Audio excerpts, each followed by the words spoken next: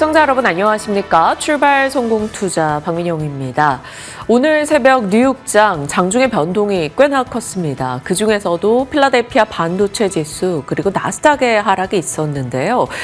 엔트로픽발 소프트웨어 충격 그리고 AMD의 급락 등이 시장에 영향을 줬습니다. 다만 알파벳의 실적이 애프터마켓에서 반도체 종목들을 끌어올리고 있는데요. 국내장 오늘 이 이슈들을 바탕으로 어떤 전략을 짜야 될 것인가 같이 고민해 보도록 하겠습니다. 시장 속 이슈들 하나씩 짚어보고 전략 챙겨보시죠.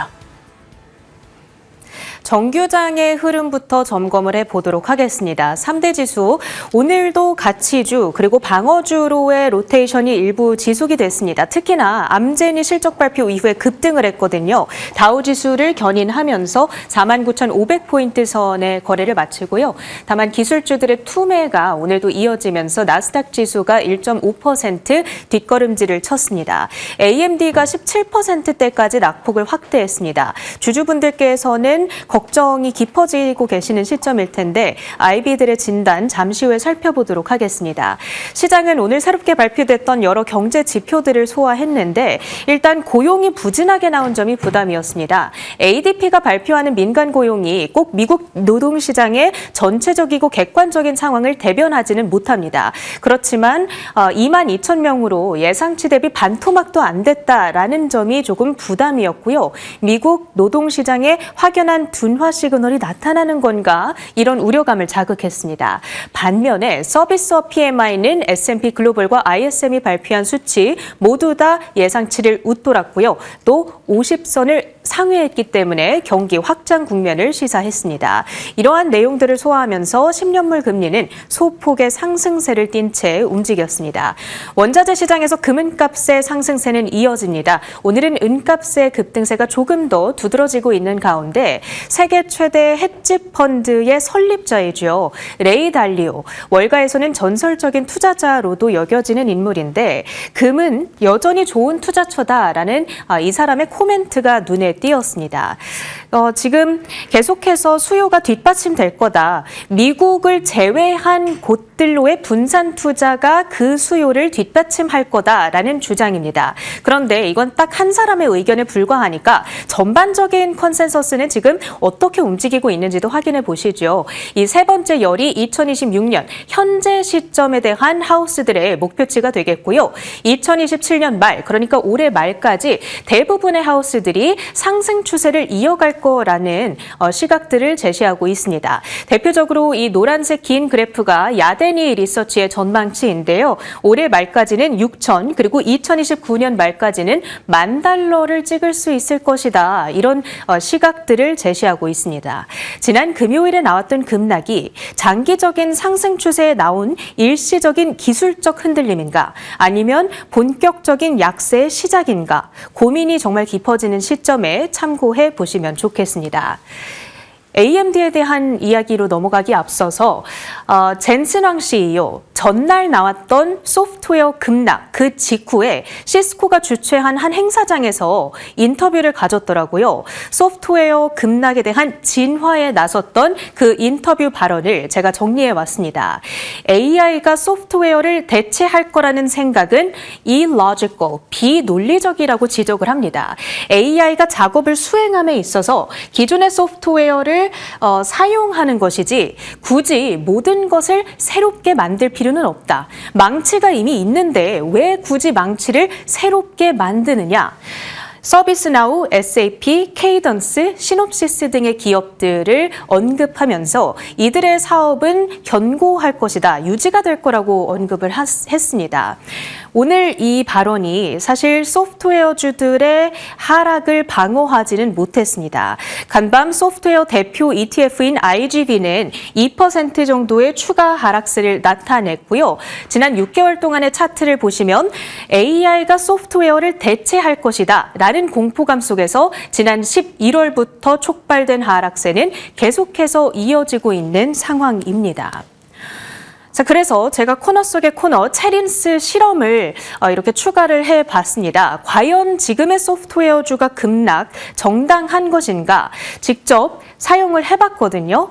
이 클로드 코드라고 하는 서비스가 있죠. 지금 소프트웨어주들의 급락을 트리거했던 서비스입니다. 제가 이 클로드에 직접 구독료를 냈고요. 내돈내산으로요. 그리고 저는 코딩을 전혀 할 줄 모르고요. 또 디벨로퍼, 개발자의 백그라운드도 전혀 없습니다. 그런데 저 같은 사람도 과연 코드를 입력해서, 프롬프트를 입력해서 소프트웨어 툴을 만들 수 있을 것인가, 이게 궁금했던 거거든요. 그래서 제가 여기에다가 입력을 했습니다. monday.com이나 슬랙과 같은 업무 협업 툴을 만들어줘봐. 그랬더니 결과가요, 꽤 놀랍기는 했습니다. 그럴싸한 업무 협업용 툴을 만들어주더라고요. 그런데 동시에 들었던 의문은 과연 AI가 이렇게 구현해낸 그 소프트웨어가 이 한 가지 분야에만 집중하고 있는 monday.com이나 슬랙이 만드는 것처럼 섬세하고 또 고도의 어떤 전문적인 기술력을 구현해낼 수 있을 것인가? 거기에 대해서는 의문이 들었습니다. 그런 면에서 어제 나왔던 젠슨왕 CEO의 방금 전에 보여드렸던 그 인터뷰 내용이 공감이 되는 측면이 있었습니다. 그러니까 결국에는 이 소프트웨어 종목들을 바라봄에 있어서 AI가 구현해낼 수 없는 절대적인 어떤 경쟁력, 강력한 엣지를 가지고 있는 기업들, 그리고 그렇게 함으로써 사용자들로 하여금, 소비자들로 하여금 구독료를 낼 수밖에 없게끔 만드는 기업들, 이 기업들이 살아남는 구조로 가지 않겠는가 조심스럽게 예측을 해볼 수가 있었고요. 따라서 투자자로서 우리에게 던져진 과제는 그 살아남는 기업들을 잘 알아볼 수 있는 안목을 기르는 것이 아닐까, 이런 생각이 들었습니다. 간밤에 AMD의 주가가 17%나 급락을 했습니다. 어제 발표됐던 실적 결과가 사실 좋았거든요. 가이던스도 괜찮았는데 문제가 되고 있는 것은 영업비용입니다. JP모건과 번스타인, 골드만삭스, 지금 주요 하우스들이 한결같이 지적하고 있는 것이 바로 이 영업비용이 너무 문제가 되고 있다는 겁니다. 투자의 필요성은 이해하지만 지출 대비했을 때 투자의 실행력이 부족하다라는 점을 문제로 지적하고 있는 것이고요. 이후에 나타났던 목표 주가의 변동 내역을 쭉 뽑아왔습니다. 가장 비관적으로는 골드만삭스 측에서 중립 의견과 함께 $210의 목표치를 제시했거든요. 어제 종가 대비했을 때 13%의 하락 여력을 시사하고 있고요. 번스타인과 도이체방크 등도 모두 다 다운사이드를 점치고 있는 상황입니다. 그나마 가장 불리시하게 보고 있는 하우스가 바로 UBS가 될 텐데 $310의 목표가 36%의 전일 종가 대비 업사이드죠. 다만 UBS 역시도 그 직전의 목표가가 원래 $330였거든요. 그런데 이것을 하향 조정했다라는 면에서 AMD의 이번 실적 성적이 그다지 만족스럽지 않다라는 데에 대부분의 애널리스트들이 목소리를 함께 하고 있는 점을 알 수가 있습니다. 그렇다면 전반적인 종목들의 분위기로 넘어가 보도록 할 텐데요. AMD가 이렇게 실망스러운 실적을 공개하자 AMD의 그리고 엔비디아의 HBM을 납품하고 있는 마이크론에 대한 투심까지 함께 위축이 됐습니다. 그동안 많이 오른 부담감까지 더해지면서 마이크론의 주가가 9.5% 하락세를 나타냈고요. 대장주인 엔비디아가 3.4%, 그리고 엔비디아의 틈새를 비집고 들어가려는 이 브로드컴의 주가 역시도 3.8%의 마이너스를 피해가지 못했습니다.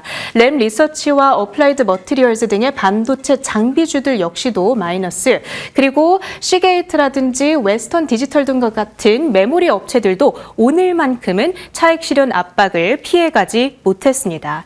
이렇게 하락하는 시장 속에서 그나마 이 세이프 스팟이 되어줬던 종목으로는 마이크로소프트와 애플은 지난주 실적에 대한 효과가 계속해서 이어지고 있는 국면이고요.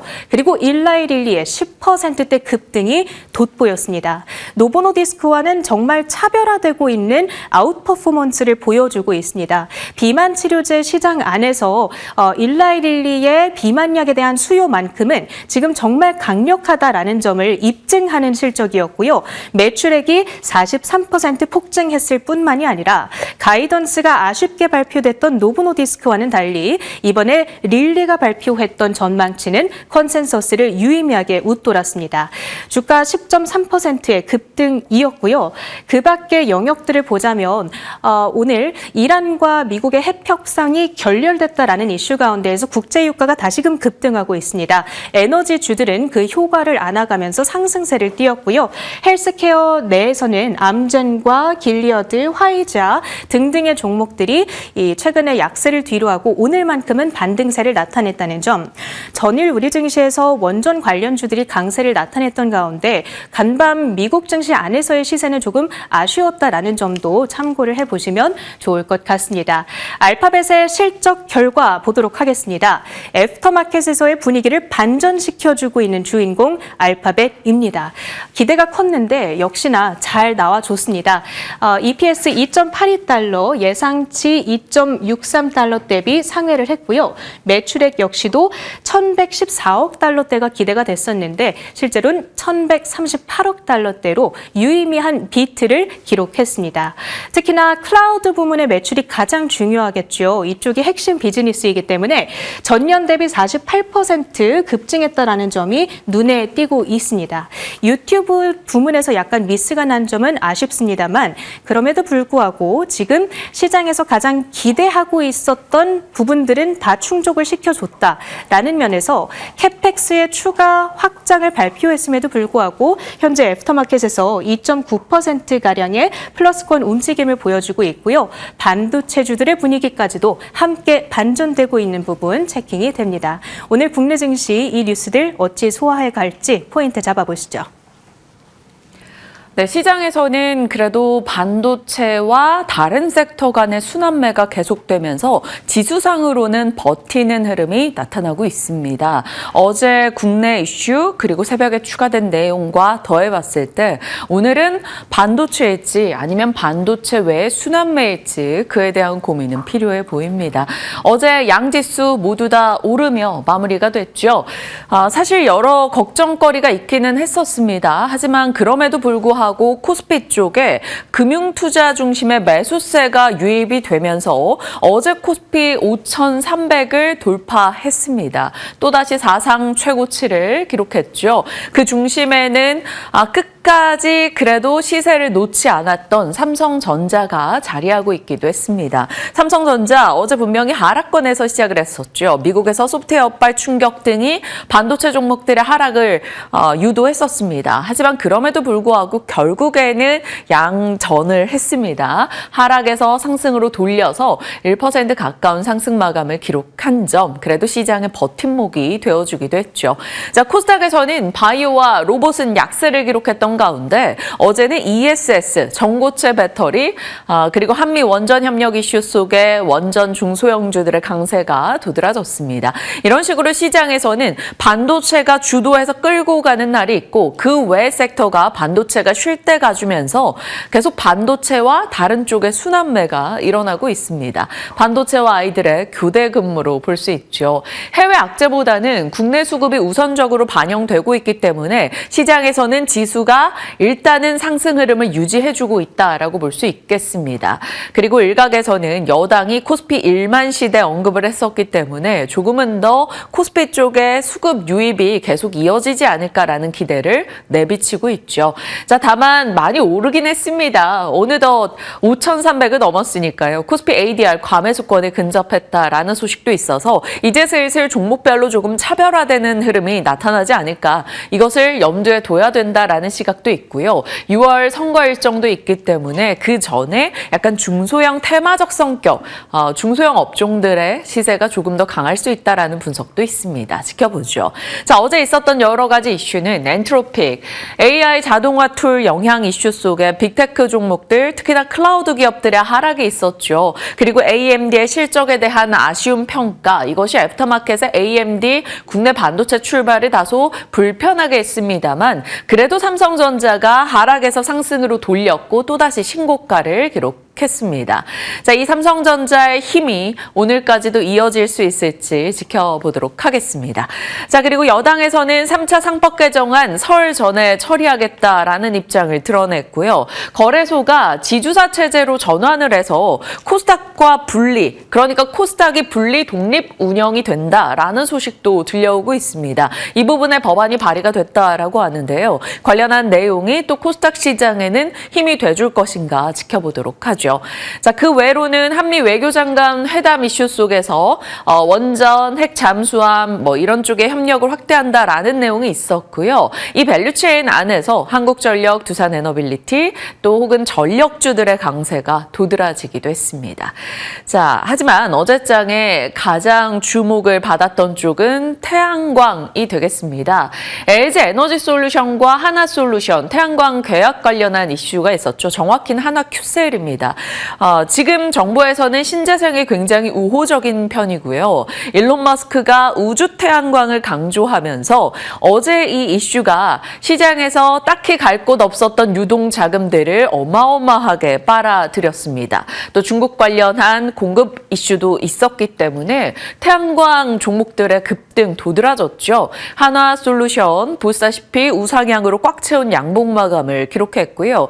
HD현대 에너지솔루션 또한 마찬가지입니다. 그 외에도 대명에너지, SDN 이런 종목들의 강세가 같이 이어졌었죠. 이 부분에 대해서 조금 더 자세히 살펴보도록 하겠습니다.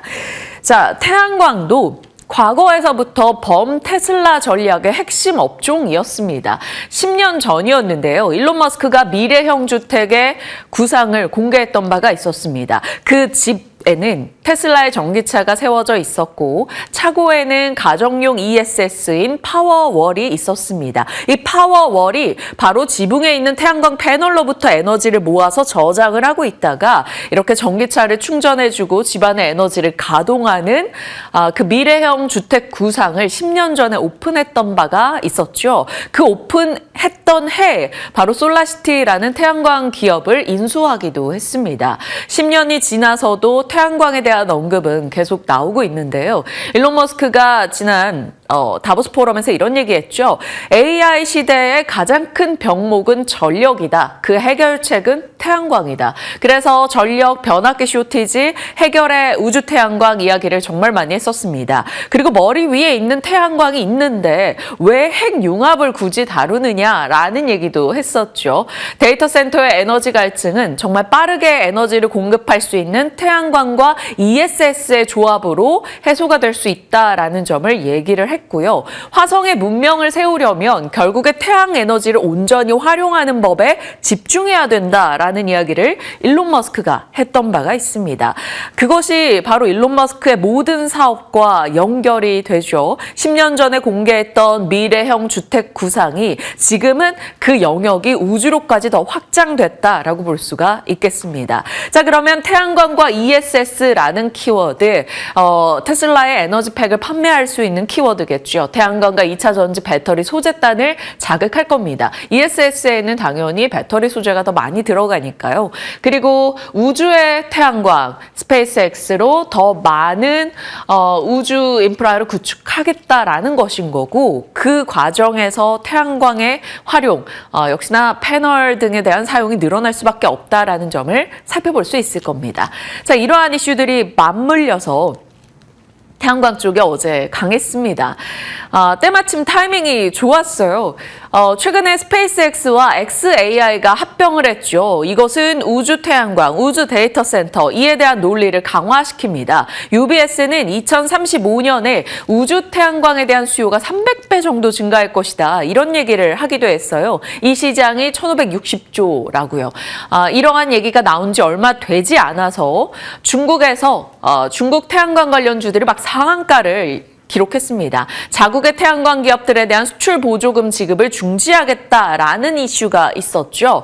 그러니까 이 두 가지 이슈가 맞물려 있던 상황에 어제 인페이즈 에너지가 어닝 서프라이즈를 기록했어요. 미국 내에서 가정용 ESS 등을 맡고 있는 대형 태양광 종목입니다. 그래서 인페이즈 에너지의 어닝 서프라이즈의 이 종목의 급등, LG 엔솔과 하나큐셀의 ESS 협력, 이 이슈가 어제 맞물려서 시장 내에서 중에서 태양광, ESS 배터리, 그리고 스페이스X 관련주들이 시세를 냈죠. 태양광은 앞서 보셨다시피 하나솔루션, HD 현대에너지솔루션 강세 흐름이 있었고요. ESS 쪽에서 CIS, 이런 G2파워 등의 종목들, 한중 NCS 상승 흐름을 나타냈고요. 그리고 스페이스X 관련주로는 세아베스틸 지주, LK삼양, 미래에셋벤처투자 급등세를 보여줬습니다.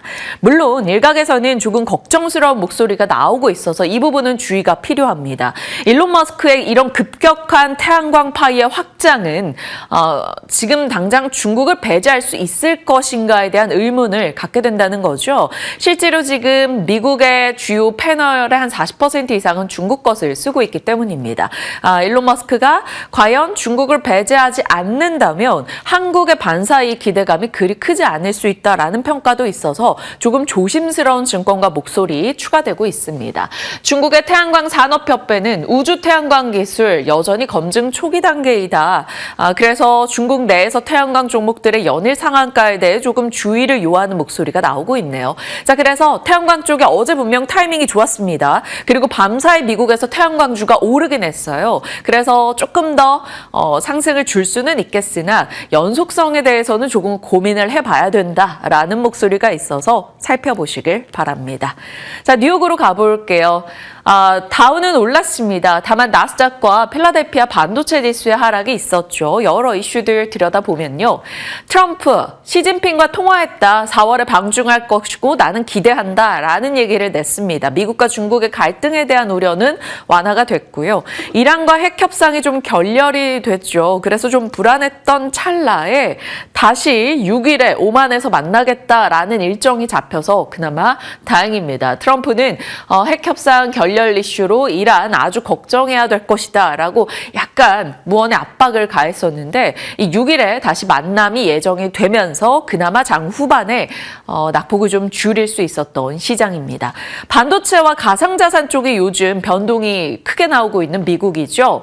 가상자산 쪽의 급락 계속되고 있다라는 점에서 다소 불편하긴 합니다. 그리고 시스코 서밋 대담에서 이제 GPU를 모으는 단계에서 RT 효율성을 따지는 단계로 넘어가고 있다라는 식의 이제 아이디어가 도출이 되면서 이 주요 반도체 종목군들이 약간 변동을 맞이했죠. 안 그래도 실적에 대한 실망, 아쉬운 평가가 나왔던 AMD를 필두로 해서 AMD, 최근에 낸드 쪽 이슈로 급등했었던 샌디스크, 또 마이크론까지도 장중에 낙폭이 굉장히 컸었습니다. 그런데 그나마 알파벳의 실적을 내놓고 나서 컨퍼런스 콜에서 AI 지출이 커졌다라는 소식에 반도체 진영이 회복을 시도하는 모습이 나오고 있다라는 점은 오늘 우리 장에 정말 안도할 대목인 것 같습니다. 진짜 알파벳에게 고마운 순간이죠.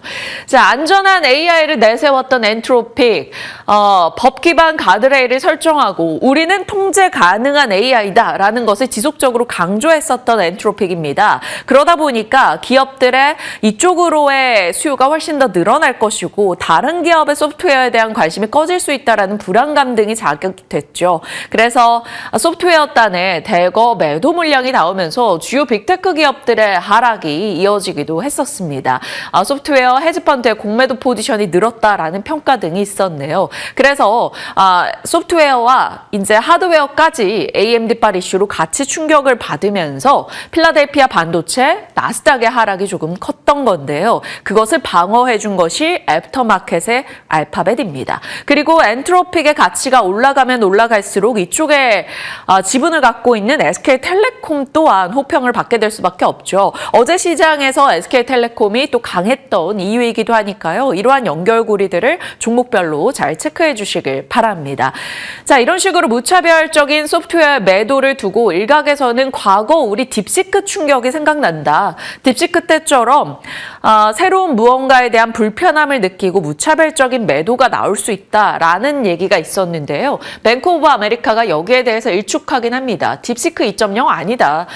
명확하다. AI 패러다임 전환에는 반도체가 수혜를 볼 것이다. 라는 얘기를 했고요. 젠슨 황은 이런 주요 클라우드 업체들, 소프트 업체들에 대해서 매도하는 것은 세상에서 가장 비논리적인 일이다. 라고 언급하기도 했네요. 어떻게 진정되어 가는가가 앞으로 좀 중요할 것 같습니다.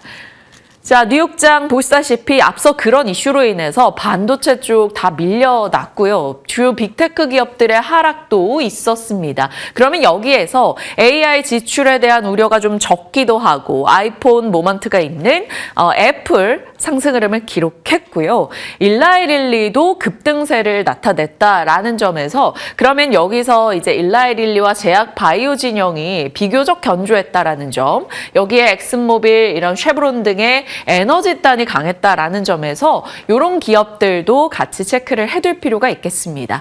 상승 쪽에서는 건설, 화학, 태양광, 그리고 바이오, 석유, 가스, 폐암 치료제, 카지노 쪽이 강세 흐름을 기록했고요. 특징적인 종목으로는 인페이즈 에너지, 그리고 10% 급등한 일라이릴리, 엑슨모빌 신고가를 기록했죠. 이런 종목들이 눈에 띄었습니다. 여기서 우리가 연결할 수 있는 건 어제에 이어서 태양광의 시세가 연속이 되는가를 좀 봐야 되겠고요. 연속이 되더라도 조금 더 시장의 분위기가 몰리는지, 그것이 정말 하루 이틀짜리가 아니라 더 갈 수 있는 것인지에 대한 의문은 가져볼 필요가 있겠습니다. 일라이릴리 제약바이오 비만 치료제단의 강세 흐름을 유도할지 보셔야 되겠죠. 다만 일라이릴리는 이렇게 급등했는데 릴리가 잘 나가니 경쟁사 노보노디스크 어제부터 계속해서 주춤하는 모습이 나타나고 있죠. 노보노디스크는 약간의 불편한 자리 6% 급락으로 거래를 마쳤고요. AMD나 샌디스크, 블룸에너지, AI 밸류체인 내에서 종목들의 하락이 있기는 했습니다. 다만 애프터마켓에서 샌디스크도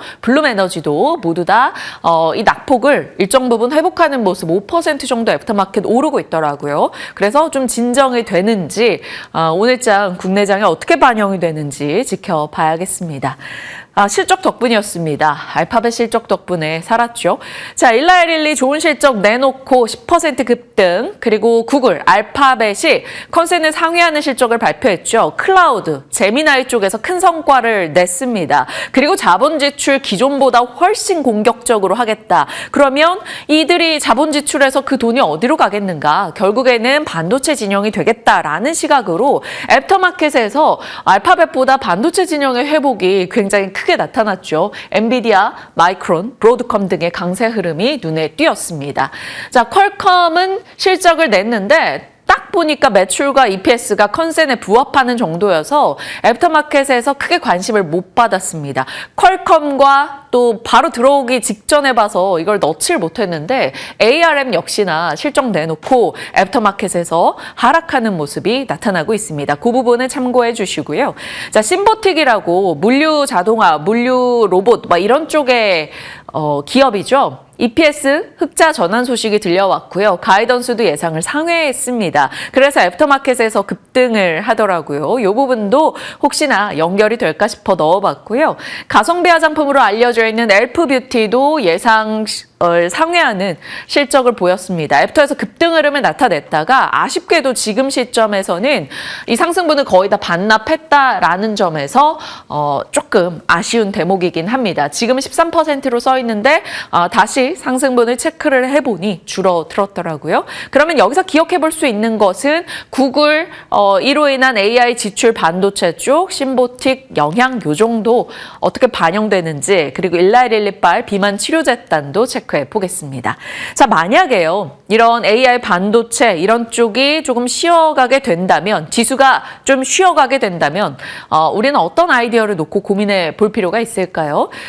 휴식을 찾아라. 첫 번째, 주도 섹터 내에서 살짝 쉬고 있었던 쪽을 찾아봐야 된다. 두 번째, 소외된 쪽을 찾아보자. 저 PBR 혹은 저 PER 종목들, 그중에서 실적이 나아질 걸로 기대되는 쪽에 키 맞추기가 조용히 있을 것이다 라는 거죠. 아니면 정말 핫테마에서 매일 열심히 트레이딩을 하는 겁니다. 아니면 1월의 유동성 파티에서 2월의 유동성이 어디에서 유지되는가를 좀 신중하게 바라보면서 굳이 베팅을 하지 않고 있는 것도 방안이 되겠죠. 그러면 주도 속에 휴식했던 쪽, 먼저 반응했던 건 어제 원전이었던 것 같아요. 한미협력에 미리 조금 올라서기는 했습니다. 한국과 미국의 협력이라는 키워드에서는 조선 원전이긴 한데, 조선은 나름 꾸준했었다가 약간의 일회성 비용 등으로 실적이 아쉬운 대목이 약간 있었죠. 그런데 원자력이 쉬고 있다가 어제장의 반응을 보여줬습니다. 물론 보시다시피 아랫꼬리 윗꼬리 굉장히 변동은 컸다라고 볼 수 있는데 있었는데 두산 에너빌리티 5.8%. 혹시 애프터마켓에서 어떤 시세였는지 확인을 좀 해보죠. 왜냐하면 현재가가 어제 종가가 96,500원인데 애프터마켓에서 약간의 변동이 어느 쪽으로 있었는가를 보아야 될 것 같습니다. 97,000원대로 조금 올라가긴 했었네요. 오늘 미국에서 원자력 종목들이 하락하긴 했지만 그래도 애프터에서 좀 반등을 주고 있어서 한미 원전 협력의 이슈가 더 부각될지 여부 지켜보도록 하겠습니다. 그리고 로봇도 정말 뜨거웠다가 요즘은 살짝 주춤하고 있었는데요. 이렇게 심보틱의 이슈라던가 아니면 실적 시즌이 좀 지나가고 나면 다시 로봇주에 대한 관심이 올라가게 될 것인지 지켜봐야겠습니다. 로봇주 관련해서 이슈가 하나 좀 나온 게 있어서 잠시 후에 보여드리겠고요. 비만 치료 쪽, 이쪽도 뭐 D&D, 물론 삼천당 제약 너무 잘 갔고요. D&D 파막을 비롯한 일부 종목들은 조금 쉬고 있었는데 이런 비만 치료와 바이오가 미국발 힘을 좀 받아서 올라줄 수 있을지 보도록 하겠습니다. 소외된 쪽은 작년 기준 PBR로 이렇게 줄을 세워봤습니다. PBR이 낮은 순서대로 쭉 했는데 그 첫 번째가 철강이 들어가 있더라고요. PBR 기준 굉장히 낮았습니다. 그래서 이 철강 섹터 등 이렇게 PBR이나 PER 기준으로 굉장히 저평가되어 있는 기업들 내에서 조금 명분을 갖고 있는 쪽을 살펴볼 필요가 있겠다 이런 생각이 들었습니다. 그리고 핫테마로는 요즘 자산주나 호텔 쪽에 대한 관심도 많이 늘어나서 일단 넣어봤네요. 하나씩 좀 들어가 보도록 하죠. 빠르게 진행합니다. 자산주가 보통 위험 자산에 대한 선호가 떨어질 때 아니면 지수가 좀 쉬어갈 때 관심을 받죠. 자산주라 하면 회사가 버는 이익보다 갖고 있는 부동산 이런 자산의 가치가 더 주목받는 기업들을 말합니다. 예를 들어 서울이나 수도권에 어느 땅이 있다더라 라던가 아니면 터미널, 물류센터, 대형 부지 이런 걸 갖고 있다던가 이렇게 해서 이슈가 되는 쪽을 말하죠. 자산주는 언제나 PBR이 훨씬 더 중요하고요. 성장주 모멘텀이 부재할 때, 위험자산 회피가 있을 때 땅은 도망가지 않는다라는 인식에 빛을 발하면서 관심을 받죠. 지난해 막 고속터미널 지분 관련 이슈로 막 급등하던 종목들 그때 이후로 시장에서는 일부 자산주에 대한 관심을 좀 갖고 있습니다. 왜냐하면 1월 말이었죠. 주택 공급 대책이 있었는데 도심 주택 공급 방안 여기에 서울 수도권의 주택 공급 관련한 얘기가 있어서 우량 부지를 보유한 기업들이 개발을 좀 활성화하지 않겠느냐 이런 논리가 형성이 되고 있습니다. 그래서 자산주에 대해서 일정 부분 테마로 접근할 수 있다라는 시각이 나오고 있는데요. 대규모 부지를 보유한 기업들 혹은 대규모 부지에다가 빌딩 개발을 추진하고 있는 기업들 이렇게 분류를 해봤습니다. 어제 엄청나게 종목들의 시세가 있었더라고요. 하림지주가 상한가를 가기도 했고요. SG세계물산도 아마 상한가였던 걸로 기억을 합니다. 신도리코 또한 마찬가지고요. BYC 뭐 경방 이런 종목들이 강세 흐름을 나타냈네요. 이 중에서 정말 괜찮은 기업을 찾아서 틈새 전략으로 하나쯤 약간의 비중을 실어보는 것도 좋을까라는 고민들을 하시는 것 같아서 오늘 시간 허락하면 이에 대한 얘기 나눠보도록 하겠습니다. 자, 그리고 앞서 소외단에서 PBR 기준 가장 낮았던 게 바로 철강인데요. 낙오된 철강 실적 개선에 대한 기대가 있다라는 하나증권의 보고서가 눈에 띄었습니다. 국내 업종 중에 가장 낮은 PBR을 갖고 있다. 시장 PBR 대비 70% 할인되어 있다. 미국의 ISM 제조업 지수는 이 산업금속 지수와 플러스 상관관계를 갖고 있다. 리튬 구리 가격이 급등했는데 그 다음은 철강이다. 중국의 고정 투자가 회복하고 철강 수출이 줄어들기 때문에 국내 내부적으로도 외부의 철강 수입을 좀 규제하고 있어서 국내에서 재고가 소진되고 있다라는 점에서 슬슬 가격을 올릴 수 있는 타이밍이 온다라는 내용이 담겨 있었습니다. 눈에 띄었던 게 포스코홀딩스에 대해서 목표가를 74만 원을 제시했어요. 그래서 현재가가 얼마지 하고 열어봤더니 36만 원대입니다. 상승 여력을 굉장히 높게 잡았다라는 점에서 이 정도의 구체적인 가격 라인 설정에 시장이 좀 반응을 하려나라는 고민을 하게 됩니다. 그래서 포스코홀딩스 오늘 지켜보도록 하죠. 그리고 나서 그 외 중요 뉴스입니다. 삼성의 파운드리 쪽에 가격 인상 얘기가 있었는데 애프터마켓에서 딱히 큰 반응은 없었고요. 파마리서치, 리쥬란 덕분에 호실적을 내놨습니다. 그런데 예상치가 높았나요? 예상치는 하회했어요. 그래서 애프터에서 급락이 나왔어요. 한 5% 정도 종가 대비 더 밀려나는 모습이었습니다. 자, 반면에 어제 장중에 APR 차트 한번 열어주실까요? APR의 실적은 예상을 상회했습니다. 그런데 급등하는 모습 잠깐 보여주고 순식간에 상승폭을 다 반납하는 흐름이 나왔거든요. 넘겨주시죠. 네, APR이 급등했다가 이 상승분을 다 토해내며 3% 하락으로 거래를 마쳤습니다. 이 부분을 두고 미래에셋에서는 지금 APR 관련한 여러 제품들은 다 쇼티지다, 증설할 것이다 라며 목표가 35만 원 제시했습니다. 약간 억울한 하락이었다라는 평가인데요. 어떨지 한번 보도록 하죠. 자, 그 밖에는 에이프릴 바이오가 이제 올해 임상 이상 테드 진입에 대한 기대감이 있습니다. 이제 룬드백의 기술 이전했던 부분에 대한 모멘텀. 에이프릴 바이오 저희 3만 원대 얘기했던 것 같아요. 그런데 어느덧 7만 원을 정말 바라보고 있습니다. 어제 애프터에서 추가 상승을 더했고요. 단독 뉴스인데 한우 시스템이 아마존 자율주행차의 열관리 시스템 공급한다. 이 이슈에 애프터마켓의 급등을 보이기도 했습니다. 그리고 앞서 제가 로봇 이슈 있다고 말씀드렸죠. 포스코 그룹주인데요. 제조 현장에 로봇 도입에 박차를 가한다라는 소식입니다. 그러면 포스코 그룹의 로봇의 키워드를 떠올렸을 때는 많이들 포스코 DX를 떠올리실 겁니다. 애프터마켓에서 일정 부분 약간의 반응은 있었는데요. 보통 포스코 그룹주는 조금 호흡이 길다고들 하죠. 포스코 홀딩스, 인터, DX 등등이요. 이런 종목들 상대적 소외에서 반응을 보일지 지켜보겠고요. 미국이 한국의 대미 투자 1호로 에너지 사업을 요구했다. 여기에서도 원전이나 포스코 인터 등을 바라볼 수 있겠습니다. 이렇게 주요 뉴스들 살펴봤고요. 자리 이동해서 마무리해보도록 하죠. 전체적인 시장에서는 순환매가 나올 것인지 아니면 AI 종목들로 여전히 관심이 집중될 것인지 그에 따라 포트의 대응은 좀 달라질 것 같습니다. 여당에서 코스닥 거래소에서 분리해서 독립하는 걸 추진한다라는 소식이 있어서 코스닥 쪽에 힘이 될지 보도록 하겠고요. 고객 예탁금이나 금융투자, ETF로 추정되는 이 자금들이 계속 강하게 유입되는지도 시장에 힘이 돼주는지도 봐야겠습니다. 다만 단기 상승 부담이나 미국 증시의 AI 종목들의 하락은 불편하긴 했죠. 그나마 알파벳의 컨퍼런스 콜이 AI 자본 지출 2배로 늘린다라는 소식이 반도체 진영에 힘을 실어주긴 했습니다. 그리고 제미나이 성과가 부각됐기 때문에 제미나이 관련주들 또 한번 찾아서 체크를 해봐도 좋겠다라는 생각이 들었네요. DDR5 현물 가격은 밤사이에 좀 하락하는 흐름이 있긴 했습니다. 제약바이오 급락 후에 회복할 수 있을까요? 알테오젠, ABL바이오 좀 체크해보시죠. ABL바이오는 그랩바디비가 아이오니스와 논문 재개했다라는 소식이 들려오고 있어서 이 부분이 모멘텀이 돼서 좀 회복의 계기가 될지 관심을 가져보겠고요. 일라이 릴리의 급등, 릴리의 파트너사 혹은 비만, 메쉬 쪽의 모멘텀이 더해질지 보겠습니다. 어제는 한미약품이 그래도 메쉬 쪽 파이프라인에 대한 긍정적인 이슈가 들려오면서 올라가긴 했죠.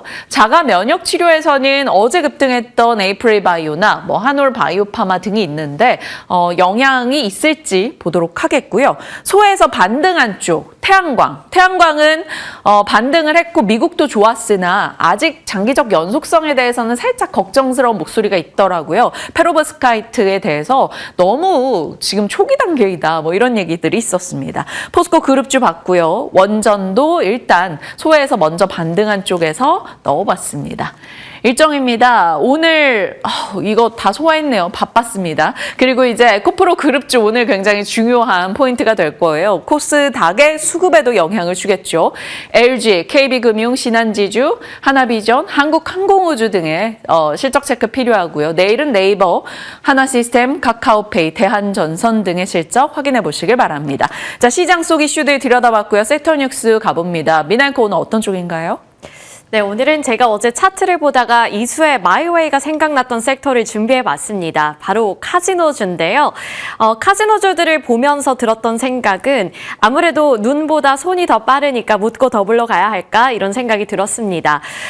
보시면 롯데관광개발 차트를 좀 길게 보시면요. 한 번도 꺾이지 않고 급하게 우상향하는 그래프 계속해서 이어나가고 있고요. 그리고 전일장 시세 확인해 보시면 파라다이스가 8%대의 강세로 거래를 마쳤습니다. 이렇게 카지노주들이 테마이지만 잘 갔던 이유는 1분기에 대한 실적 기대감 그리고 1월 달에 실적이 좋게 나왔기 때문이었는데 이번 1월에 어떤 성과를 거뒀는지부터 함께 알아보도록 하겠습니다. 카지노 3사, 롯데관광개발, 파라다이스, GKL의 이 1월 총 드랍액을 살펴보시면요. 1조 원을 넘겼습니다. 1조 1,700억 원을 기록하면서 전년 대비 21.9%의 성장률을 나타냈고요. 카지노 3사의 1월 동안의 순 매출액도 전년 대비 30% 넘게 증가한 가운데 방문객 같은 경우에도 24만 3천 명을 기록하면서 1년 사이에 29.7% 증가하는 모습이 나타났습니다. 그리고 롯데관광개발, 파라다이스, GKL 이런 카지노 3사의 드롭액과 순 매출액을 1월 동안 이 한 달 동안만 살펴보시더라도 굉장히 큰 폭의 성장세를 나타내고 있다는 것을 확인해 볼 수 있는데요. 제가 작년에 이렇게 파라다이스라든지 롯데관광개발 같은 카지노주들에 대해서 여러 번 브리핑을 해드렸는데 당시에 롯데관광개발이 정말 많이 거론이 되고 있었습니다. 그런데 이번 1월 성과도 좋았는데요. 드롭액, 그러니까 칩으로 바꾼 금액이죠. 이것이 2,616억 원으로 집계가 됐고 이는 1년 사이에 무려 90% 가까이나 성장한 숫자였습니다. 그리고 1월 동안의 순 매출액 같은 경우에도 전년 대비 무려 55% 성장하면서 롯데관광개발의 성장률이 상당히 컸다. 이것을 확인해 볼 수 있었고요. 파라다이스도 못 미치지는 않습니다. 1월 드롭액도 성장한 가운데 1월 순매출액은 전년 대비 31.4%의 성장률을 나타냈습니다. GKL 같은 경우에는 이 나머지 롯데관광개발, 파라다이스에 비해서는 상대적으로 밀리는 듯한 분위기를 나타내고 있지만 그럼에도 불구하고 동반 성장했다는 점에서 이렇게 카지노주들의 성장세가 작년에 이어서 올해도 나오고 있다는 점에서 긍정적인 의미를 찾아볼 수 있습니다. 자, 그렇다면 전망은 어떻게 나오고 있을까요? 과연 우리가 정말 묻고 더블로 가야 할지 이러한 증권가의 코멘트들 살펴보도록 하겠습니다. 증권가에서는 카지노 3사에 대해서 작년에 이어서 올해도 실적 성장을 예상해 볼 수 있다라고 말을 하고 있는데요. 중국 춘절 연휴가 2월 달에 또 예정이 되어 있고 그때 방한하는 중국인 수가 증가할 것이기 때문에 성수기 효과를 누려볼 수 있다라는 점을 제시하고 있습니다. IBK증권의 코멘트를 살펴보시면 국내 카지노 3사 1월 실적이 전월 대비 전반적으로 반등을 했고 비수기의 저점을 통과한 것을 확인해 볼 수 있었다라고 말을 하면서 앞서서 제가 보여드렸던 1월 성과에 대해서 굉장히 좋게 평가를 하고 있었습니다. 그리고 FN가이드에서 제시하고 있는 이 최근 3개월 동안의 이 증권사 전망 평균치를 고려했을 때 파라다이스와 롯데관광개발 쪽으로는 앞으로도 호실적이 전망된다라는 코멘트를 제시하고 있었습니다. 이 중에서 파라다이스와 롯데관광개발이 올해 실적에 대한 기대치를 굉장히 많이 갖고 있는데요. 파라다이스는 올해 연매출액 같은 경우 1조 원을 돌파할 것으로 전망되고 있고 롯데관광개발의 올해 연매출은 7,732억 원으로 이 두 기업 모두 다 성장세가 나타날 것으로 점쳐지고 있습니다. 종목 돋보기 해보도록 하겠습니다. 롯데관광개발은 제가 작년에 특징주로 여러 번 다뤄드렸고요. 그만큼 차트 보시면 계속해서 우상향하는 그래프를 그려나가고 있습니다.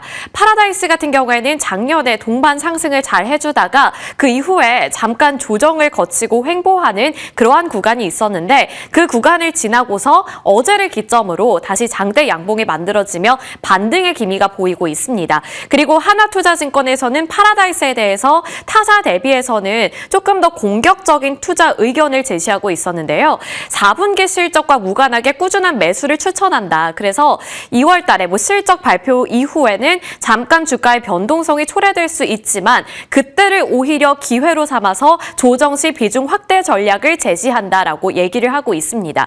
파라다이스의 투자 포인트를 짚어보자면요. 4분기 실적 자체는 전망치를 하회하거나 잘 나오면 시장의 기대치에 부합할 것으로 예상이 되고 있습니다. 하지만 증권가에서는 이번 4분기 실적보다는 1분기라든지 오랫동안의 실적의 기대감을 조금 더 많이 걸고 베팅하는 흐름을 나타내고 있는데요. 1월 카지노 순 매출액 같은 경우에는 943억 원을 기록하면서 역대 최고 월 매출을 기록했기 때문입니다. 그래서 앞으로에 대한 기대감에 조금 더 베팅할 가능성이 높아지고 있는 거고요. 일본과 중국에서 매스 드롭액이 각각 30%에 근접한 성장률을 나타냈다는 점도 고무적입니다. 한일령 장기화 속에서 2월 춘절 기간 동안에 23만 명에서 25만 명 가까이 되는 중국인들이 우리나라를 방한할 것으로 예상이 되고 있고요. 1월 기준 중국인들의 이 비자 신청 건수도 총 33만 건을 넘어서면서 1년 사이에 34%나 증가했다고 합니다. 그만큼 우리나라에 방한하는 중국인 수가 많아졌고 VIP뿐만 아니라 매스 드로백도 높아지고 있는 만큼 전반적인 실적에 대한 개선세 확인해보자라는 의견이 나오고 있습니다. 그리고 BTS V가 광고 모델로 있는데요. 그 때문에 이제 중국 팬들의 인기도 어느 정도 반영이 되지 않을까 이런 기대감도 반영되고 있는데 PCT에 대한 인기도가 상승할 것이라는 기대감 함께 짚히고 있고요. 3월 달에는 하얏트 리모델링 오픈이 예정이 되어 있습니다. 그를 통해서 VIP 드로백도 증가할 것을 기대해 볼 수 있는데 이것이 중요한 이유가 있습니다. 물론 VIP가 아닌 매스 드로백, 대중들의 드로백이 늘어난 것 자체는 긍정적이지만 VIP들의 이 매출액이라든지 드로백 성장률이 전분기 대비로 봤을 때, 전달 대비로 봤을 때는 약간의 성장보다는 감소하는 추세가 그려졌는데 그게 결국에는 이 객실 문제였다고 합니다. 하지만 3월 달에 하얏트 리모델링 오픈이 된다면 그때는 VIP들이 묵을 수 있는 방이 또 증가하는 것이기 때문에 VIP 쪽에서의 드로백도 상당히 높게 기대해 볼 수 있다는 전망이 나오고 있습니다. 자, 여기까지는 카지노주들에 대해서 브리핑을 준비해 본 거고요.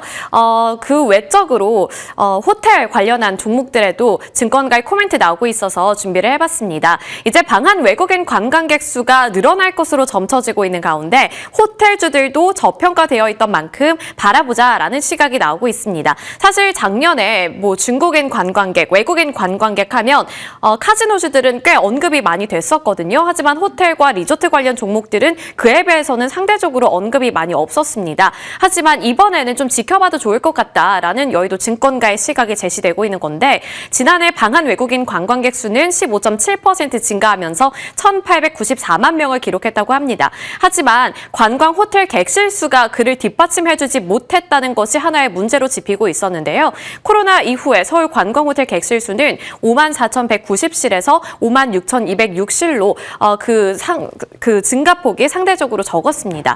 하나증권에서는 구조적인 수요 확대 속에 호텔 공급이 매우 부족한 만큼 지난해 객실 점유율 82%에서 84%로 추정이 되고 있는 상황 속에서 수요는 늘어날 것인데 공급량이 뒷받침되지 못하고 있다는 것을 강조하고 있고요. 여기에 2027년까지 관광객이 450만 명 이상 증가하고 또 80%는 서울을 방문할 것으로 가정했을 때 최소 월 평균 5,000실이 필요하다. 그리고 2년 내 객실 점유율은 5% 이상 상승할 것으로 전망되고 있는 만큼 호텔주들을 눈여겨보자라는 시각을 제시하고 있습니다. 신한투자증권에서도 통상적으로 호텔 같은 경우에는 건축 허가에서 준공까지 약 5년 정도가 소요가 되는데 그렇게 될 경우에는 2029년까지 공급 부족이 지속될 수 있다고 보면서 서울에 객실을 많이 보유하고 있는 기업들을 주목해보자는 의견을 제시하고 있습니다. 자, 그러면 객실 현황을 살펴보실까요? 그중에 호텔 신라가 가장 많은 객실 수를 갖고 있고요. 그 다음이 GSPNL, 서부 T&D, JS 코퍼레이션 등이 있습니다. 그리고 올해 초부터 증권가의 리포트가 가장 많이 제시가 된 쪽은 GSPNL인데요. GSPNL 같은 경우에는 전사 매출비 중에 90% 이상이 호텔에서 발생하고 있기 때문에 호텔 매출에 대한 기대감이 상당히 높게 제시가 되고 있습니다. 웨스틴 파르나스 재개장 이후에 올해 큰 폭의 실적 개선이 예정이 되어 있고 내년에도 그러한 실적 개선세를 기대해 볼 수 있다는 증권가 코멘트 나오고 있고요. 그랜드, 웨스틴, 제주, 나인트리 모든 호텔 부문에서 OCC의 80%를 상회할 것으로 전망이 되고 있는 만큼 실적 개선에 대한 기대감을 가장 많이 안고 있는 이 호텔 관련주는 GSPNL이라는 점 그리고 기관 투자자들의 수급도 집중적으로 나오고 있습니다. 외국인들이 우리나라를 많이 방문하고 있고요. 특히나 춘절 연휴에 대한 기대감이 높아지고 있습니다. 그리고 그러한 효과를 톡톡히 누려갈 수 있는 쪽이 바로 카지노주다라는 코멘트가 많이 나오고 있고요. 그리고 외국인 관광객들이 늘어나면 늘어날수록 호텔주에도 수혜가 예상된다라는 코멘트가 작년 대비해서 올해 들어서 많이 나오고 있으니까요. 이러한 쪽도 눈여겨보시길 바라겠습니다. 저희와 함께 전략 세워보시죠.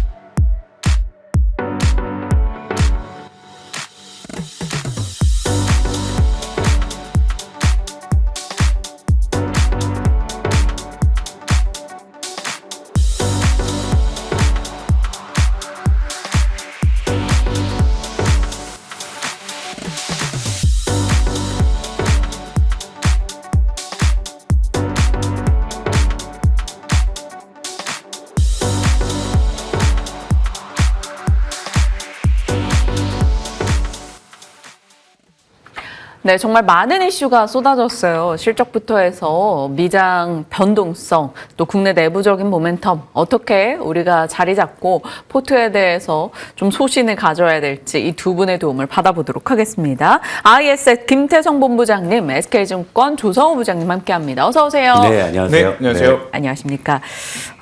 김태성 본부장님, 네. 어떤 이슈가 있든 간에 일단 지수상으로는 상승 마감을 해내는 국내 증시 네. 어제 보면서 와 정말 대단하다라는 생각을 했고요. 반도체와 아이들의 순환매 계속 진행이 되고 있습니다. 그런데 이제 최근에 약간 엔트로픽 혹은 AMD발 해서 약간씩 이렇게 지수에 영향을 주는 반도체에 기스내는 내용들이 있기는 하거든요. 네. 어떻게 할까요, 보트?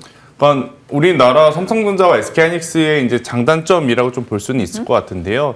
자, 우리나라는 결국 하드웨어의 나라, 제조업의 나라다 보니 지금 미국이 진통을 겪고 있는 소프트웨어단에 대한 고민은 아직은 아니지 않겠는가라는 시선이 더 많은 것 같습니다. 네. 특히나 우리나라 증시의 지금 가장 큰 장점이라고 한다면 111조가 기다리고 있다는 거죠.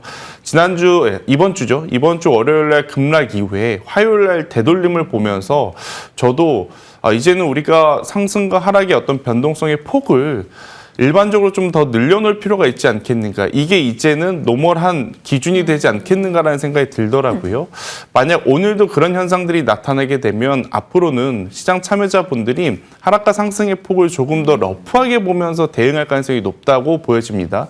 일단 우선 우리나라 증시의 또 가장 중요한 포인트는 뭐냐면 실적에 대한 가이던스가 지금 계속 올라갈 수밖에 없다라는 거죠. 네. 그 이유는 디램의 가격도 그렇고 낸드 플래시의 가격도 그렇고 계속 올라가고 있는 상황이기에 만약 조정이 나오게 된다면 급격하게 나올수록 오히려 저점 매수세가 더 많이 들어올 가능성이 높아 보인다라고 좀 보시면 될 것 같고 네. 우리가 증시가 흔들리지 않는다라는 전제 조건엔 두 가지를 좀 체크를 했지 않습니까? 일단 첫 번째로는 M7 기업들의 실적이 좋아야 한다. 두 번째 그 실적의 가이던스 중에 캐펙스 투자의 규모가 계속 좋아져야 한다라는 이야기인데 일단 미국도 굉장히 기준이 엄격해진 거지 안 좋다고 볼 수는 없습니다.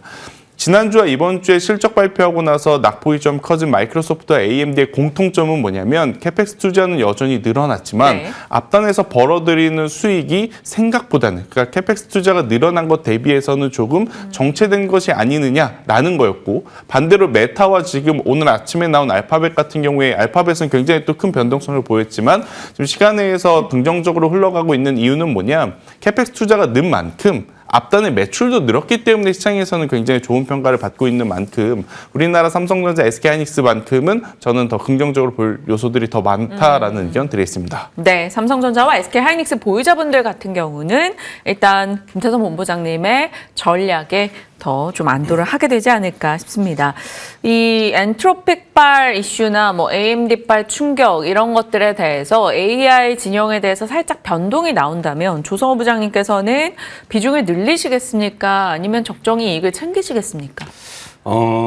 글쎄 뭐 제 지론 중에 하나가 원래 좀 시끄러운 데 가서 있는 걸 별로 안 좋아하다 보니까 그렇죠. 예.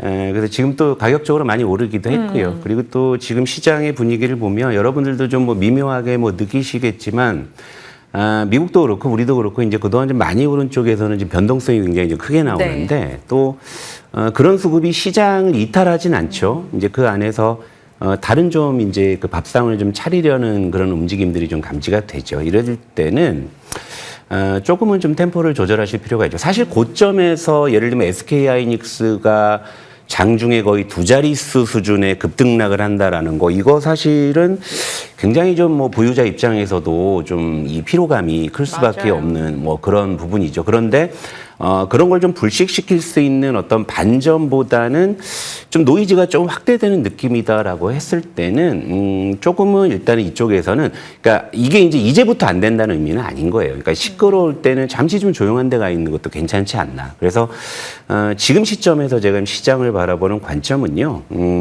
지금 시끄러운 쪽을 뭐 다시 뭐 이제 밀릴 때 사겠다 뭐 이런 좀 눈에 불 켜고 뭐 좀 이렇게 약간 이런 어떤 태도는 아니고 저쪽이 좀 시끄러우면 좀 느슨하게 저쪽이 좀 조용한 것 같은데 저기도 조금씩 사람이 모여드는 것 같은데 라는 쪽에 조금 더 여유를 가질 필요가 있지 않느냐라는 생각이 들고요. 네. 그리고 다음 주면 또 우리가 또 설 연휴를 앞둔 주간이란 말이에요. 예, 그런 부분들이 있죠. 그러다 보니까 아무래도 이제 시장의 좀 투자 심리나 거래량이나 이런 부분들은 지금보다는 좀 잦아들 가능성이 있겠죠.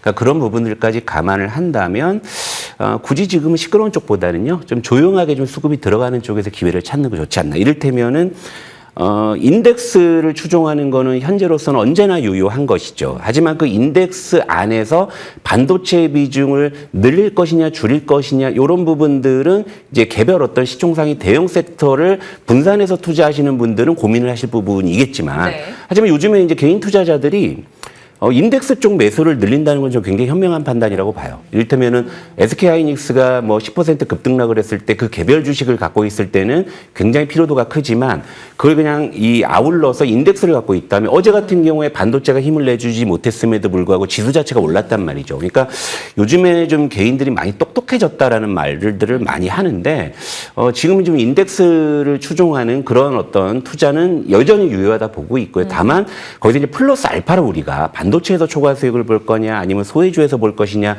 이런 부분들에 대한 고민은 필요한데 네. 전 개인적인 뭐 성격상 성향상으로 이제 소외주 쪽이나 덜 오른 쪽에서 좀 기회를 찾아보고 싶다 이렇게 말씀드릴게요.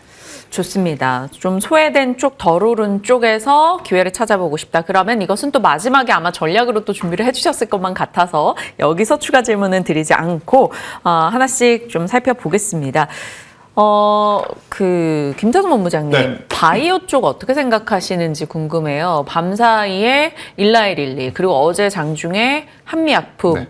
조금 쉬었던 쪽들에서 일어서는 흐름들을 보여주고 있습니다. 우리는 알테오젠, ABL바이오 급락으로 약간 코스닥 내에서도 순위가 조금 밀려 있었잖아요. 네. 3천당 제약만 굳건했었는데 에이프릴바도 좋았네요. 이런 쪽 일부를 제외하고 밀려있던 바이오 어떻게 판단하십니까? 그러니까 지금 시장은 확연하게 가는 쪽에 계속 더 집중하는 시장이다 보니까 과거라고 하긴 좀 그렇고요. 작년 만약 이맘때쯤 알테오젠이라든지 ABL바이오처럼 펀더멘탈에 큰 문제는 없지만 일정상의 지연이나 여러 가지 외부 변수 때문에 주가의 조정이 큰 종목이었다면 저점 매수가 굉장히 강하게 들어왔을 시기인데 지금 시장의 어떤 트렌드 그리고 패턴의 좀 변화가 가는 기업에 조금 더 힘을 보태준 상황이 나타나다 보니 대표적으로 삼천당 제약이 지금 가장 강한 상승세를 좀 보이고 있고 또 한미약품도 정말 좋은 또 스토리가 붙으면서 상승세를 좀 보이고 있어서 안 가는 쪽은 조금 시간을 두고 다시 추세가 살아나는 것을 확인을 하고 가셔야 될 것 같고요. 지금 당장은 저는 최근까지 시세가 좋았던 쪽을 쫓아가는데 삼천당 제약은 제 기준으로는 이미 목표가를 좀 넘어갔다 생각을 합니다. 그래서 지금 당장이라기보다는 조정을 기다리시는 게 조금 더 나은 선택지가 아니겠나라는 생각이 들고 있고 그렇다면 지금 시점에서는 누가 더 유리할까라고 하면 일단 저는 1순위로는 계속 셀트리온 이야기를 해왔거든요. 네. 그래서 천천히 본다면 셀트리온을 가장 먼저 좀 보셨으면 좋겠고요. 2순위로는 역시나 한미약품일 것 같아요. 한미약품 같은 경우에는 이 에피노페그듀타이트라고 해서 심혈관이라든지 호흡기 질환 쪽 이걸 이번 JP모건 헬스케어 컨퍼런스에서 언급이 안 되다 보니까 뭐 문제 있는 것 아니냐라는 이야기를 했거든요. 근데 회사에서 어떤 이야기를 했냐면 이건 이미 이상이 굉장히 좋은 결과치를 내면서 끝냈다. 그래서 우리는 지금 메시 쪽에 대한 임상 3상에 더 집중을 하겠다라는 이야기를 했어요. 네. 그러면서 지금 또 최근에 추세가 다시 살아나기 시작한 상황이라 어떻게 보면 메시의 어떤 경쟁사라고 불리우는 올릭스라든지 D&D 파마텍이 조금은 쉬어갈 수는 있겠지만 한미약품 같은 경우에는 이렇게 되었을 때는 조금은 더 추가 상승에 대한 기대를 좀 해볼 수 있다 생각이 들고 있고 그리고 한미약품이 가지고 있는 관계사 중에 JVM이라는 기업이 있습니다. 네. 그러니까 약을 자동으로 제조하는 맞아요. 제조업 회사인데 이쪽이 이번에 분기 실적을 보였을 때 굉장히 좋은 성과를 냈거든요. 그래서 일단 바이오 쪽에서 보면 바이오텍 쪽은 조금 시간은 필요하지만 저점 매수 그리고 모아가신다고 했었을 때는 알테오젠과 ABL바이오 여전히 저는 괜찮다고 보는데 시간은 필요하다. 하지만 이제 그것보다는 최근에 추세가 상대적으로 더 나은 셀트리온과 한미약품을 보는 게 좋고 또 한미약품 안에 JVM이라고 하는 기업도 이번 주에 한번 여러분들이 체크해 보셨으면 좋겠다라는 의견을 드리겠습니다. 네, 셀트리온, 한미약품, JVM까지 저희 체크해 봤습니다. 오늘 아침 업데이트된 NH투자의 보고서에는 제약바이오 내 종목으로 D&D 파마, 투지바이오, 한미약품, 올릭스 등을 비만 치료 키워드에서 뽑아보고 있으니까요. 이쪽으로 비만 치료 쪽에 이제 관심 있으신 분들은 이런 보고서 참고도 괜찮으실 것 같습니다. 자, 바이오까지 저희가 살펴봤고요.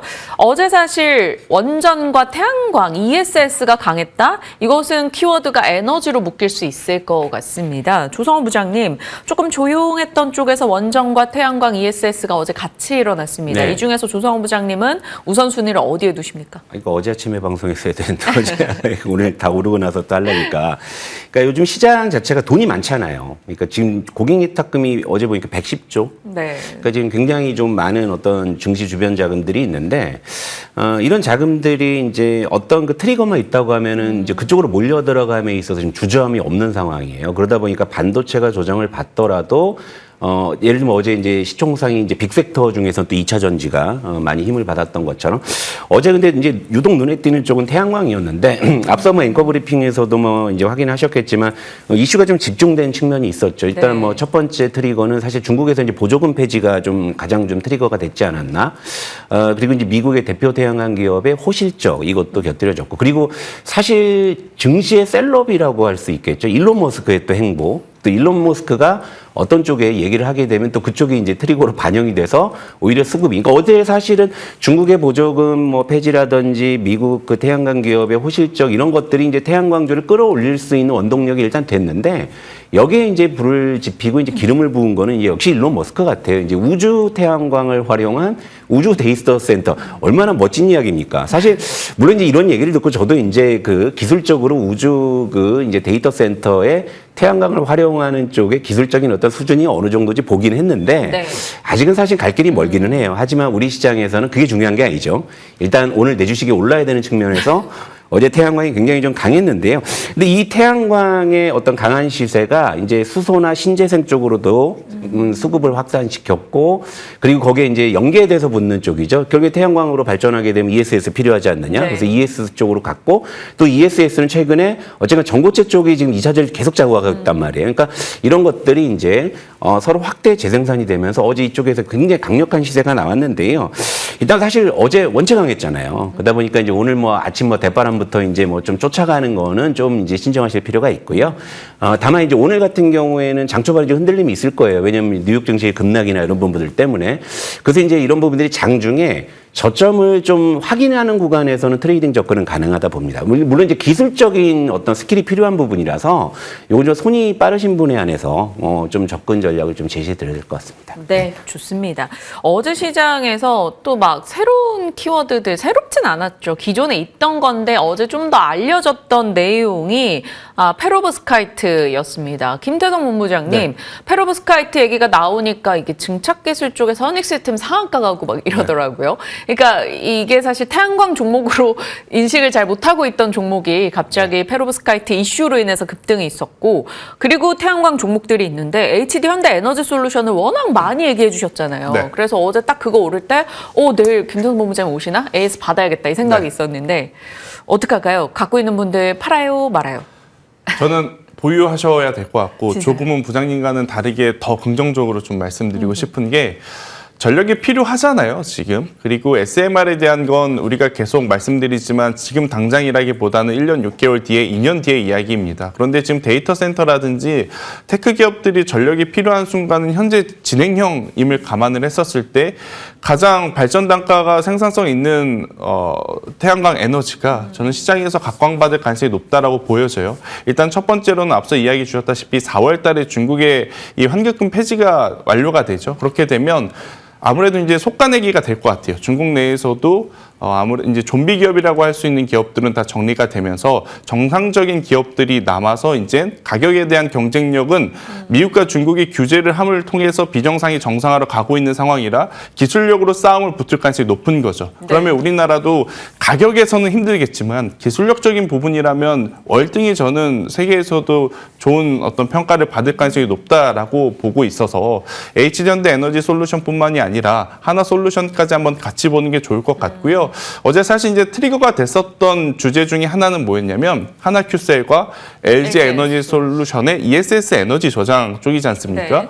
네. 지금은 그러면 ESS도 굉장히 좋은 매출을 낼 수 있고 그리고 태양광 쪽에서도 좋은 실적을 낼 수 있다. 이 두 가지가 저는 핵심 포인트였다고 생각이 들어요. 그래서 변수는 오늘 두 가지입니다. 오전에 아마 에코프로 그룹주 실적이 대거 나올 거고요. 네.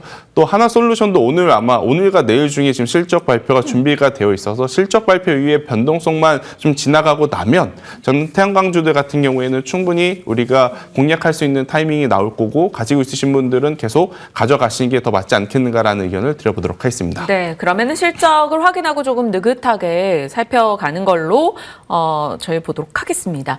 자, 프리마켓 분위기 출발했으니까 좀 짚어보고 갈게요. 일단 미국장의 변동을 시가총액 대형주들이 고스란히 받아가고 있는 모습이네요.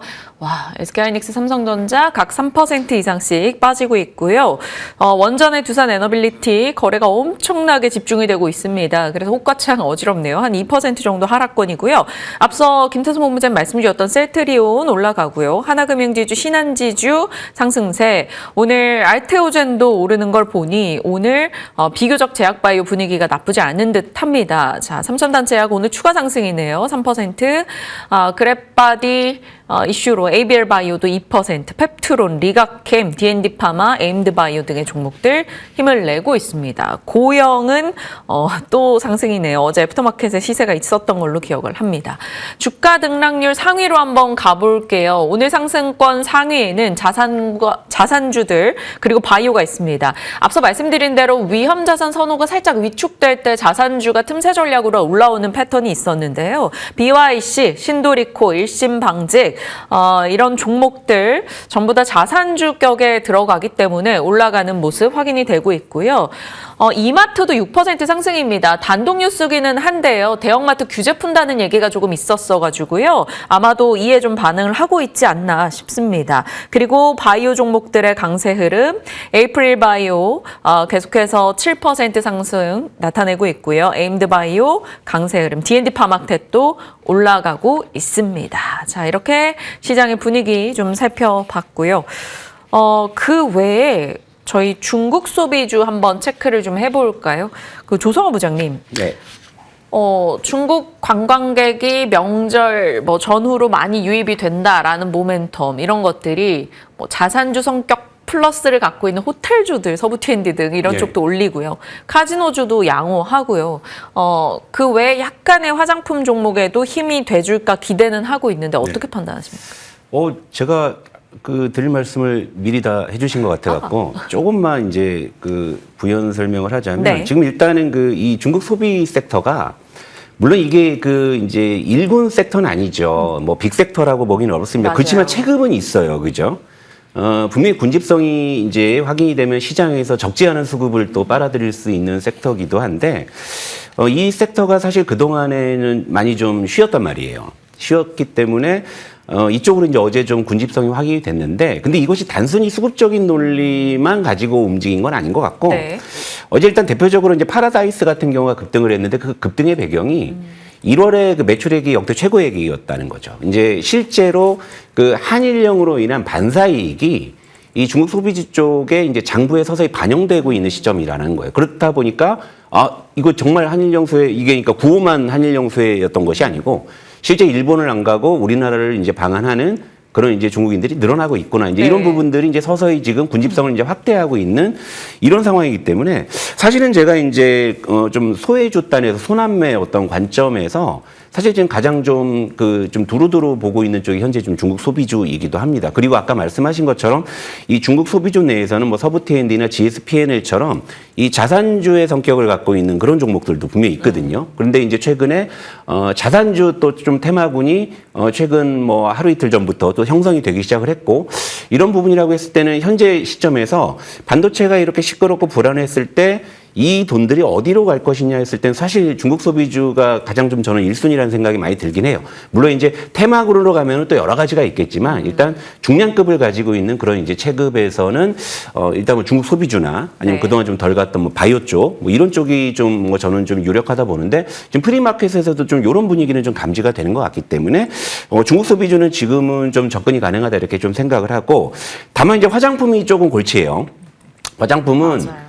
제가 전에도 이제 화장품주 전략은 실적 좋다고 하니까 들고 있다 실적 발표 전에 팔겠다라고 했는데 어제 실제 APR이 실적이 나오니까 또 고질적인 세론이 나왔죠. 하지만 화장품주 내에서도 중국 쪽에 좀 민감도가 높은 종목들이 있죠. 뭐 대표적으로 좀 LG 생활건강이나 뭐 한국 화장품이나 네. 또 이런 쪽은 또 화장품주 내에서도 동조화되지 않고 오히려 중국 소비주 쪽에 좀 붙어 있기 때문에 뭐 화장품주에서 굳이 또 여기서 좀 저가 매수를 한다고 하면 좀 중국 민감도가 높은 종목들에 한해서는 괜찮다고 보고 있고 또 뭉뚱그려서 가장 관심 있게 보는 종목들은 현재로서는 JYP 엔터하고요. 그다음에 하나투어 요 두 종목 정도 가격이 좋으니까 네. 이렇게 좀 말씀드리도록 할게요. 네.